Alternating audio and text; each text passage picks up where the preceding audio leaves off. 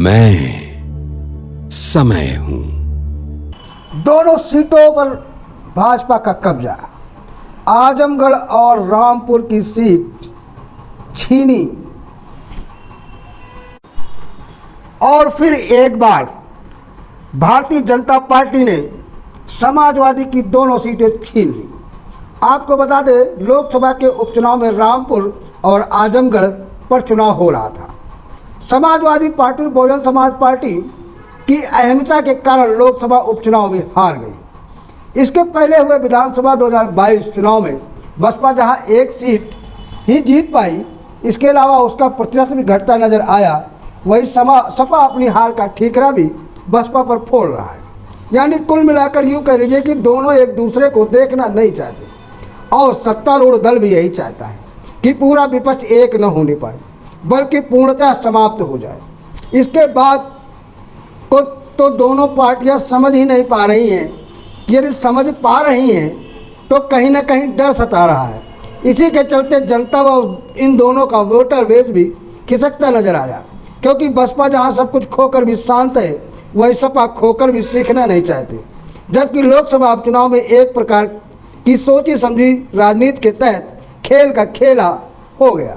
क्योंकि रामपुर में जहां बसपा ने अपना प्रत्याशी नहीं उतारा, वहीं आज आजमगढ़ में काफ़ी पहले बसपा प्रत्याशी की घोषणा कर दी गई थी और यहां के बसपा नेता शाह आलम उर्फ गुड्डू जमाली को 2,52,109 वोट पाकर तीसरे नंबर पर जरूर रहे, लेकिन पिछले 2019 के चुनाव में कम से कम 319 वोट हासिल कम हुई तथा सपा के धर्मेंद्र यादव, जो सपा के राष्ट्रीय अध्यक्ष अखिलेश यादव के चचेरे भाई हैं, को मात्र 2,83,004 वोटों से संतोष करना पड़ा और वे दूसरे नंबर पर रहे, जो पिछले की तुलना में काफ़ी वोट कम थे।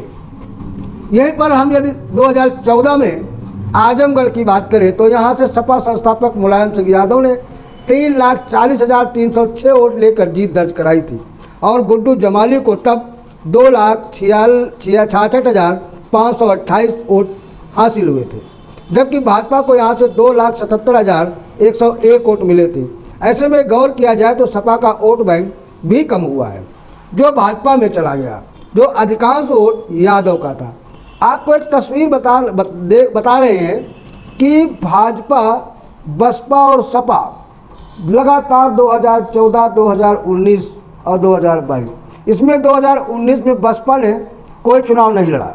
2019 में सपा और बसपा का गठबंधन था, तब सपा के राष्ट्रीय अध्यक्ष अखिलेश यादव को 6,81,578 वोट हासिल होकर बम्पर जीत हासिल की थी। वहीं पर इसके पहले सपा ने मुलायम सिंह यादव को 3,40,306 वोट पाकर मुलायम सिंह यादव विजयी होते। तो आइए अब आपको बताते हैं कि ये उपचुनाव सपा क्यों हारी।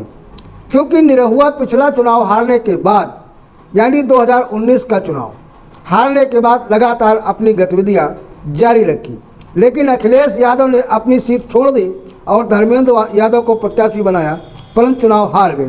क्योंकि पहले भी कुछ काम नहीं हुए तो यादव वर्ग भी अच्छा खासा नाराज था, जो भाजपा की ओर चला गया। वहीं पर मुस्लिम वोट डिवाइड होकर सपा बसपा में बढ़ गया और आजमगढ़ की सीट छीन गई। उधर अगर रामपुर में नज़र डालें तो रामपुर में भाजपा ने पूर्व नेता बसपा व सपा के घनश्याम लोधी, जो कि MLC भी रह चुके हैं, को प्रत्याशी बनाया, जो कभी आजम खां के बहुत करीबी हुआ करते थे, लेकिन सपा का दामन छोड़कर भाजपा में चले गए थे। इधर भाजपा के द्वारा सीट छोड़ने पर खाली हो गई तो घनश्याम लोधी को भाजपा ने प्रत्याशी बना दिया और 42,000 वोटों से जीत हासिल कर ली। क्योंकि रामपुर के मुस्लिम मतदाता सर्वाधिक है, उसके बाद यहाँ लोधी, सैनी व दलितों की संख्या भी काफ़ी है। यहाँ से बसपा और कांग्रेस ने कोई प्रत्याशी नहीं उतारा और यही कारण है कि कांग्रेस और बसपा का वोट इन जातियों ने हिंदुत्व को लेकर समर्थन घनश्याम लोधी को कर दिया और समर्थन के साथ वोट भी किया। इसके अलावा पूर्व कांग्रेस प्रत्याशी काजिम अली खां के समर्थन किए जाने से भी काफ़ी फल पड़ा, क्योंकि यही वो साथ था जो भाजपा को जीत दिला सकती और दिलाया भी।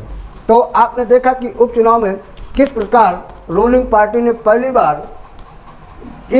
बार का मतलब यूँ हम कह रहे हैं कि 2014 के जितने भी उपचुनाव हुए लगभग भाजपा हारी, लेकिन इस बार उपचुनाव में उसने जीत दर्ज कराई और इससे खिसिया कर एक तरफ जहां बसपा सुप्रीमो का कहना है कि रूलिंग पार्टी अक्सर जीतती है, तो उनको मालूम होना चाहिए कि इसके पहले वो उपचुनाव नहीं लड़ा करती थी और अभी हाल में उपचुनाव लड़ने का ऐलान किया था, जिसमें उनको भी करारी हार का मुंह देखना पड़ा।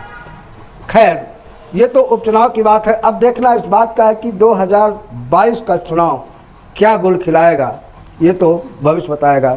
हाँ, हमारा नाम है महेंद्र यादव। बस के वोट द्यायला हम तकलीफ उनकी देनी है। का नाम है निरहू के। का है वही तरह जैसे अब तो वैसे मूड बदल गया। हाँ। पिछली बार क्या किधर रहा पिछली बार अखिलेश की डले रही, तो इस बार क्यों नहीं? अखिलेश को वही तरह था, कौनो काम ना हो हार जाते हो, हर रही हार के कौनो काम ना हो, कौन मतलब है। हाँ। तो अब देखते रहिए पब्लिक सेक्टर इंडिया। धन्यवाद।